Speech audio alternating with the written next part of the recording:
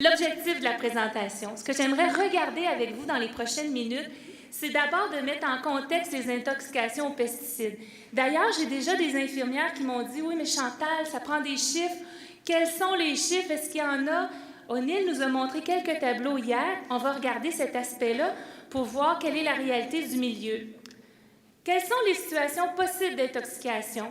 J'ai ramassé 4 vignettes de situations pour regarder dans quel sens peuvent aller les intox.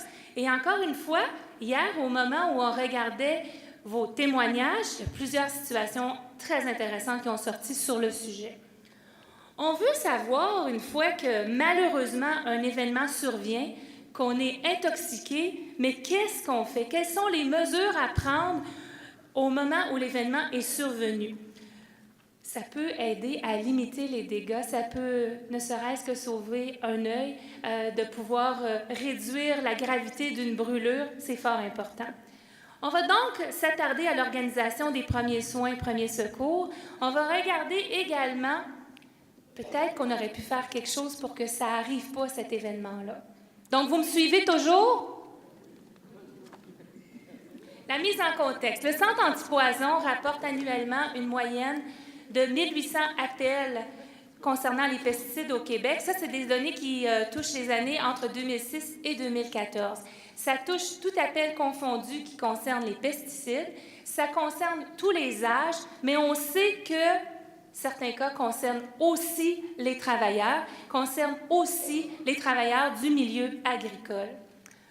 On note également une moyenne de 2 signalements de menaces à la santé qui sont rapportés aux autorités de santé publique. Vous allez dire, c'est un chiffre un petit peu timide. Néanmoins, quand on parle de menaces à la santé, c'est donc des autorités, parfois des médecins, qui auront pris le téléphone, appelé les autorités de santé publique, et il y aura eu un déploiement, une enquête épidémiologique pour aller voir qu'est-ce qui se passe dans le milieu.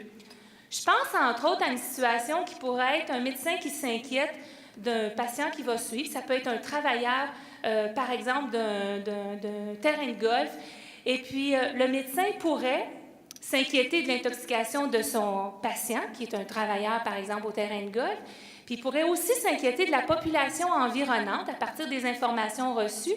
Et ça, c'est vraiment le rôle de la santé publique, une fois qu'il y a ces inquiétudes-là qui sont rapportées, qu'il y ait une enquête qui soit faite pour regarder s'il y a du fondé à cette situation-là et s'il y a des mesures à mettre en place pour faire en sorte qu'on évite la répétition, qu'on n'ait pas d'autres personnes, un rayonnement au niveau de la population qui soit exposé. On veut, en fait, limiter les dégâts. Donc, une petite attention à ce petit chiffre qui probablement est très sous-estimé, puisque ce n'est pas tout le monde qui prend le téléphone et puis qui appelle et qui va nous rapporter ces situations-là. Mais il faut le voir comme la pointe de l'iceberg. Donc, on en a une petite idée, puis peut-être qu'il y a quelque chose en dessous qui n'est pas porté à notre connaissance. Donc, les intoxications sont dans tous les milieux et peuvent toucher les gens de tout âge. C'est quelque chose qui vous a été présenté hier, une petite formule qui a été portée à votre attention, que je me dois de ramener comme principe de base, parce qu'effectivement, quand on parle des produits, un produit très toxique, mais pour lequel on n'est pas exposé, on n'est pas très inquiet des effets. Un produit peu toxique, mais pour lequel l'exposition peut avoir une grande ampleur, on peut s'en inquiéter beaucoup. Alors, il faut vraiment se rappeler que la durée, le type d'exposition, toute son importance, tous ces éléments-là mis ensemble vont faire le résultat qui sera donc une exposition et peut-être une intoxication et la gravité qui en suivra.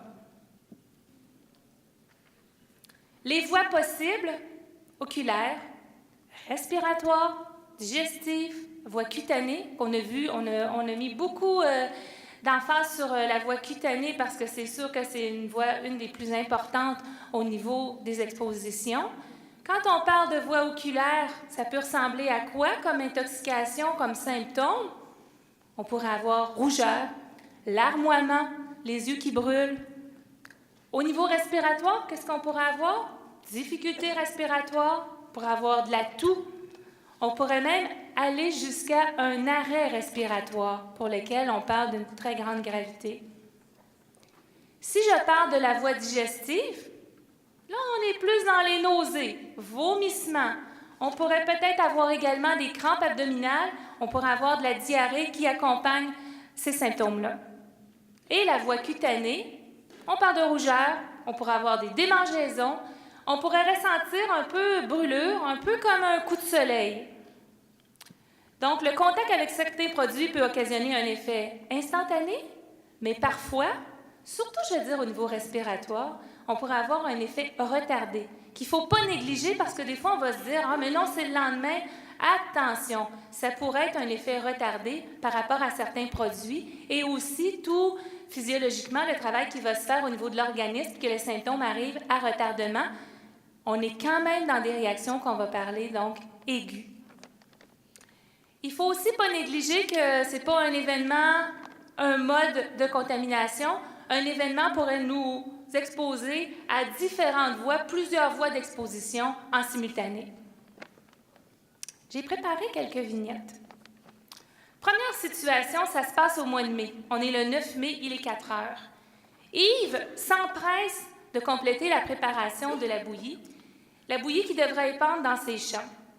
Il a plu une partie de la semaine et Yves veut faire son traitement, arrosage, mais peut-être j'aurais pu dire pulvérisation, avant la traite des vaches. Au moment où il fait son mélange, lui, là, il a 1000 choses en tête. Son tracteur qui est brisé, les prévisions de la météo des prochains jours, qu'est-ce qu'il planifie en fin de semaine. Au moment où il tourne la tête, il reçoit une éclaboussure dans les 2 yeux. Il ressent instantanément une vive brûlure. Son réflexe immédiat, c'est de mettre sa main sur ses yeux pour atténuer la douleur. Une situation comme celle-là, on comprend, on a une exposition donc oculaire. Est-ce que je peux avoir d'autres voies d'exposition par cette situation-là? Ah, j'ai pris mes mains, je me suis protégée. Peut-être que j'ai une exposition cutanée. On pense au visage, on pense aux mains. Est-ce que je peux avoir une autre source d'exposition? S'il a la bouche ouverte au moment de l'événement, on peut peut-être en avoir ingéré un peu. Si monsieur ne portait pas de masque au moment des événements, il peut peut-être en avoir également respiré. Première situation. Allons voir une deuxième situation. Cette fois-ci, c'est Robert. Robert, c'est un pomiculteur. Lui, il est à la retraite, ça fait 2 ans. Il vient régulièrement donner un coup de main à son fils qui assure la relève du verger. Robert, jamais porté de protection respiratoire pour appliquer des pesticides. Lui, il est en bonne santé. Il ne voit pas la nécessité de porter un masque. Un masque, c'est quoi? C'est encombrant, c'est dérangeant. Pourquoi je mettrais un masque? Robert, c'est un gros fumeur. Il a toujours une cigarette d'allumée, même en travaillant. C'est dans ses habitudes. Au moment où il termine l'épandage des pesticides du dernier champ, il ressent une douleur à la poitrine. Il se met à tousser, puis il a la sensation de manquer d'air. Lorsque son fils arrive puis le voit, il comprend que quelque chose ne va pas. Il appelle le 911. Dans cette situation, donc si on regarde les effets qu'il a, les symptômes qu'il présente, on comprend qu'il y a une exposition respiratoire. Le fait de fumer, de porter les mains à sa bouche, il faut vraiment voir qu'il peut aussi avoir une exposition au niveau des voies digestives. La peau peut avoir été exposée, on comprend qu'il ne porte pas beaucoup d'équipement de protection respiratoire. On a encore là une autre voie qui peut être touchée par l'événement. On change de secteur. Troisième vignette. Cette fois-ci, c'est Pablo. Pablo, 32 ans. Il est arrivé au pays, ça fait pas longtemps, il vient d'arriver, ça fait 2 semaines. Il est ravi, tellement content de son nouveau travail. Et lui, ce qu'il veut être certain, c'est que son employeur va être content. Il a terminé à l'avance le désherbage du champ d'oignons verts. Ce qui est entendu, ce qui est compris avec son employeur, c'est qu'on va venir le chercher pour le ramener aux installations dans 1h30 à peu près. Mais il veut bien faire, Pablo. Fait que Pablo, qu'est-ce qu'il fait? Il dit, je vais prendre l'avance. Il décide de se rendre dans un champ voisin puis de commencer le désherbage. Peu de temps après le début de ses travaux, il commence à se sentir mal. Il se met à vomir et à ressentir des fortes crampes abdominales. Lorsque Pierre, le propriétaire, arrive, vient le retrouver, il constate les malaises de Pablo. Le champ venait juste d'être arrosé. Rapidement, il conduit Pablo à la salle d'urgence de l'hôpital. On voit les symptômes qui sont manifestés par Pablo, qu'on a donc ici des symptômes qui sont vraiment en lien avec une exposition digestive. Rien n'empêche qu'il a peut-être également respiré, on comprend bien. Il pourrait également, dépendant des protections qu'il avait, avoir eu une exposition aussi cutanée.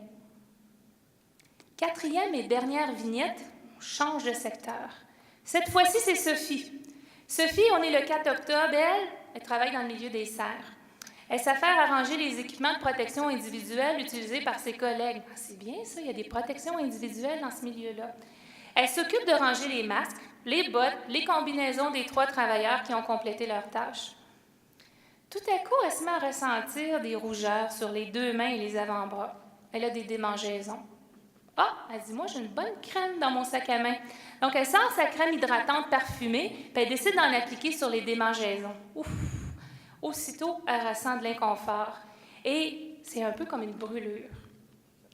On comprend bien qu'ici, la voie cutanée est touchée. 4 situations, 4 tranches de vie. Ce qu'on comprend, c'est que dans la plupart des situations présentées, les intoxications auraient pu facilement être évitées. On se rappelle toujours qu'un accident, on le sait, c'est un événement imprévu et soudain. Personne n'est à l'abri d'une intoxication. Il est important de savoir, puisqu'on ne peut pas prévenir ces événements-là, il faut penser donc une petite longueur d'avance que si jamais ça arrive, est-ce qu'on est prêt à ces événements-là? Comment se comporter devant une telle situation? Qu'est-ce qu'on fait quand il y a une situation d'urgence?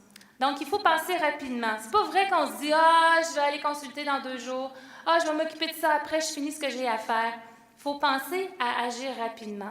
Il faut s'assurer également que la situation ne comporte aucun danger et se protéger. Si on est un tiers et qu'on veut prêter main forte, attention de nous-mêmes, ne pas s'intoxiquer. Il faut penser à une ressource fort importante dans ces situations, c'est le centre antipoison. Il faut penser qu'au moment où on appelle, c'est bien important d'avoir les fiches des produits concernés. On dit le ou les produits. On a compris que des fois, s'il y a plusieurs produits, le centre antipoison, idéalement, s'il veut vous donner les bons conseils, il faut qu'il ait les bonnes informations en main, donc d'avoir ces fiches. Puis, je ne sais pas si vous m'entendez penser, mais ça, les fiches, on ne commence pas à ramasser ça au moment où il se passe un accident ou un incident. Idéalement, c'est déjà quelque chose qu'on a de prêt et disponible s'il y a lieu. Donc, voilà pour des petites consignes. Qu'est-ce qu'on fait lors de situations d'urgence par rapport à ces situations-là? Donc, ce qu'on constate ici, c'est que plusieurs voies ont été touchées dans peut-être plusieurs des situations. Donc, plusieurs voies respiratoires, digestives, on pourrait avoir 3, on pourrait avoir les 4 voies qui soient touchées en simultané. On ne sous-estime pas l'intoxication. Si le contact est par voie oculaire, qu'est-ce que je fais? Si le contact est avec l'œil, donc, il faut rincer. Il faut vraiment penser à rincer à l'eau, sans arrêt, et je dis pendant au moins 15 minutes. Ça peut être plus, dépendant du produit, dépendant des consignes qui seront données sur, par exemple, la fiche, ou encore par le centre antipoison qui donne les consignes. Les travailleurs devraient donc, vous me voyez arriver, avoir rapidement accès à une douche oculaire sur les lieux de travail. Le temps de rinçage est très important à respecter. Qu'est-ce qui se passe dans ces situations-là? Ça fait 1 minute, 2 minutes qu'on a l'œil en train de rincer avec l'eau de la douche. Ben là, ça va mieux. Qu'est-ce qu'on fait? On arrête. Non. Si on dit 15 minutes, si on dit 20 minutes, si on dit 30 minutes, c'est vraiment important de respecter le temps de rinçage parce qu'on peut penser que s'il y a une blessure à l'œil, s'il y a une brûlure, il faut respecter ce temps-là pour vraiment atténuer la blessure qui est survenue. On peut penser à une brûlure, on peut penser à un dommage au niveau de l'œil. Il faut donc respecter puis pas penser que c'est réglé parce que j'ai plus de symptômes immédiatement. Il faut aussi penser que si j'ai fait mon temps de rinçage, mais qu'il y a eu un contact avec l'œil, il n'y a pas de blague à faire avec cette voie d'intoxication-là. C'est important d'aller consulter puis d'aller faire examiner nos yeux. Donc, on dirige la personne vers les services médicaux pour un examen. Quand on se dirige vers les services d'urgence, c'est la même chose. Oui, on est pressé, oui, il faut partir. Ayez en main le ou les produits concernés. Contact par voie digestive, qu'est-ce qu'on fait? On recommande donc de rincer, nettoyer la bouche. Puis là, il y a plein de petits produits que grand-maman pourrait avoir recommandés, plein de petites recettes maison qui peuvent exister. Attention, À moins d'un avis contraire du centre antipoison, on ne fait pas vomir la personne intoxiquée. On ne va pas non plus lui donner du lait ou tout autre produit qu'on sait que c'est vraiment bon. Non, on va regarder avec les personnes expertes qu'est-ce qui est la chose à faire une fois que l'accident est survenu, une fois qu'on a les symptômes. On va contacter donc les services médicaux. J'ai nommé le centre antipoison. On sait qu'on a le 911, dépendant de la gravité des blessures. Rappelez-vous aussi que vous avez l'info-santé, une infirmière 24 heures sur 24, 7 jours sur semaine, qui est disponible au bout de la ligne en composant le 811. Contact avec les voies respiratoires. Le sauveteur doit s'assurer lui-même de ne pas s'intoxiquer. Donc, c'est certain qu'il faut regarder si la source est encore présente. Il faut vraiment protéger les lieux avant de nous-mêmes nous exposer. Idéalement, donc, on va sortir la personne de l'endroit contaminé. Si la personne est inconsciente, on va contacter rapidement le 911. On veut des services d'urgence. Si la personne ne respire pas, on veut également des services d'urgence et on va débuter la réanimation cardio-respiratoire. On va garder la victime au repos dans des conditions les plus confortables possibles. Contact par voie cutanée. On enlève rapidement les vêtements contaminés. On veut vraiment s'éloigner du produit. On veut vraiment que la peau, même si le contact a eu lieu, on ne veut pas qu'il se prolonge. Comme par rapport à rincer l'œil, on va faire la même chose avec la peau. On va vouloir laver abondamment la peau avec de l'eau et du savon pendant au moins 15 minutes. 15 minutes, ça peut être plus selon les consignes qui seront données. On n'applique aucun médicament ou crème. Rappelez-vous de Sophie. Qu'est-ce que ça a fait quand elle a mis sa crème parfumée? Ça a juste accentué les symptômes. Ça a peut-être même aggravé sa blessure. Donc, on n'applique aucun produit pour contrer les effets du pesticide si ce n'est pas une consigne qui est donnée par les services d'urgence. On met des vêtements propres. On va porter une attention aussi si la personne a enlevé ses vêtements qui ont été imprégnés de pesticides. On va s'assurer la suite à donner par rapport à ces vêtements-là. J'en parle un petit peu plus loin. J'arrive à l'organisation des premiers secours et premiers soins. Il y a tout un règlement sur les normes minimales de premiers secours, premiers soins qui existent et je pense que ça vaut la peine de prendre quelques minutes pour en parler, pour en glisser un mot. Il y a donc des normes qui existent pour le nombre de secouristes, pour le nombre de trousses sur les lieux de travail, par rapport à la présence d'un registre pour inscrire les événements. Selon les pesticides utilisés, il faut avoir sur les lieux de travail des douches oculaires, peut-être une douche corporelle. Il y a toute une série de critères qui existent par rapport aux douches. On est en mesure également de rejoindre les services d'urgence. Peut-être qu'il faut avoir un moyen de communication qui est prévu à l'avance. On parle de secteur agricole, parfois on parle d'étendue de terre, peut-être qu'on n'est pas tout à fait à proximité des installations. Il faut vraiment réfléchir à ces situations pour voir qu'est-ce que c'est notre moyen de communication. Puis une personne qui est tout seule au champ, loin avec une certaine distance, est-ce que cette personne-là a un moyen de communiquer avec d'autres à l'installation, à la ferme, pour pouvoir juste dire « j'ai un problème, j'ai besoin d'aide ». Donc, on pense aux moyens de communication pour être capable de se rejoindre. Il faut être en mesure de fournir l'information sur les produits. J'en ai parlé tantôt. C'est vraiment quelque chose qui se prépare à l'avance, pas au moment d'un événement. On s'assure de l'entretien et de l'inspection des équipements de sécurité parce que c'est bien d'avoir installé une douche oculaire, une douche corporelle selon les besoins, mais il y a de l'entretien qui arrive avec la présence d'une douche. On doit avoir de l'eau tempérée, on doit activer l'eau pour faire circuler. Il y a vraiment toutes sortes de critères par rapport à la distance au lieu. Tous ces critères-là doivent être regardés, encore une fois, bien à l'avance, pas au moment où survient un événement. Par rapport aux premiers secours et premiers soins, il y a un bel outil qui existe. Je fais mon pitch devant. C'est une trousse qui s'appelle trousse de premiers soins et premiers secours. J'en ai apporté quelques exemplaires. C'est ma collègue Guylaine Trépanier. Guylaine, je vais te demander de te lever. Là. Elle est au centre. Elle est pratiquement au centre de la salle. Elle a avec elle plusieurs exemplaires de la fameuse trousse. Et si jamais ça vous intéresse, vous avez, parce que bon, une loi, un règlement, la pochette vous permet de vulgariser un peu tous ces critères-là qui sont demandés dans le règlement, vous permet de vous retrouver, d'avoir certains repères. Alors, je vous invite, ceux qui sont intéressés et qui en ont besoin, de prendre cette pochette.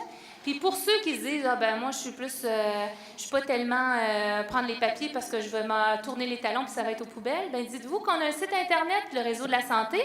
On a même une adresse Internet qui s'appelle, parce que moi, je ne me rappelle pas de ça par cœur, laissez-moi vous dire, www.santéautravail.qc.ca, et tous ces outils-là sont disponibles sur notre site. Alors, pochette possible, accès à nos informations sur notre site. Puis sur notre site, ben, ce n'est pas juste de l'information sur les premiers secours, premiers soins, vous allez sur un ensemble de directives au niveau de la santé et sécurité, mais vraiment l'information sur les premiers secours se trouve à cet endroit-là. Et je vous invite à regarder ces aspects-là qu'il faut vraiment regarder dans un espace-temps au moment où on est en train de s'organiser pour être prêt au moment où il survient un accident. On s'assure de la décontamination des lieux, des équipements et des vêtements. Il y a toujours une chaîne qu'il faut vraiment retracer. Il faut vraiment se rappeler que si les vêtements sont imprégnés de pesticides, puis que je dis « Ah, moi, je ne touche pas à ça, j'envoie ça au nettoyeur », ce n'est pas un robot chez le nettoyeur. C'est quelqu'un qui va manipuler ces vêtements-là. C'est important d'informer. C'est important de pouvoir dire que ces vêtements-là sont souillés, peut-être même qu'il faut les détruire, mais que s'il y a quelqu'un au bout de la chaîne, qui est peut-être même une conjointe, quelqu'un de la famille qui a ces vêtements-là, pour pas que cette personne-là se retrouve aussi au contact des pesticides, de pouvoir en disposer d'une façon à ce que cette personne-là ou ces personnes-là ne s'intoxiquent pas eux-mêmes. On s'entend, Ludovic en a parlé au moment de sa présentation, quand on a à laver ou traiter des vêtements qui ont été imprégnés de pesticides, on va parler d'un lavage. Ce qu'on veut, c'est un lavage séparé du reste des autres vêtements. Dans un monde idéal, peut-être même qu'on a une laveuse sécheuse séparée des activités de la maisonnée. Si ce n'est pas le cas, au moins de faire un lavage qui sera séparé du reste des vêtements de la maisonnée. Puis quand on aura fini ce lavage qui sera à l'eau chaude, savonneuse, bien peut-être faire un cycle sans aucun vêtement avec la laveuse pour ensuite être certain que ce qu'on continue de faire au niveau de nos activités, bien on n'est pas avec des petits résidus de pesticides. Donc, on prévient les autres travailleurs et les autres personnes afin d'éviter qu'ils se contaminent. Et c'est les mêmes consignes par rapport au lieu. S'il y a eu une éclaboussure, s'il y a eu un déversement, bien, il faut vraiment penser à pouvoir nettoyer adéquatement ces lieux. On a parlé d'intoxication, on a parlé de quoi faire si ça arrive, mais ce qu'on aime le plus, ce qu'on souhaite le plus, ce que je vous souhaite le plus pour tous vos milieux, c'est vraiment ce que ça n'arrive pas. Et là, c'est sûr que le 2 jours qu'on est en train de compléter maintenant nous en a parlé abondamment. On veut substituer les produits, on veut mécaniser la tâche, on veut peut-être porter des vêtements qui vont nous protéger des pesticides, on veut s'assurer d'informer l'entourage de l'application des pesticides, on veut certainement suivre les recommandations du fabricant, les consignes, exactement les consignes qui nous sont données par rapport aux produits. Puis c'est vrai qu'on ne s'improvise pas apprenti sorcier à commencer à faire des recettes maison, parce qu'on ne joue pas avec du bonbon. Respecter les délais de réentrée, c'est vraiment bien important. Ça conclut ma présentation. Ce qui est important pour moi de vous dire, c'est que il y a bien des gens qui m'ont supporté dans l'élaboration de ce travail-là, M. Samuel, plusieurs collègues à la santé publique, donc je tenais à avoir un petit merci à ces gens-là parce qu'ils font partie de ceux qui ont fait la présentation avec moi cet après-midi. Merci.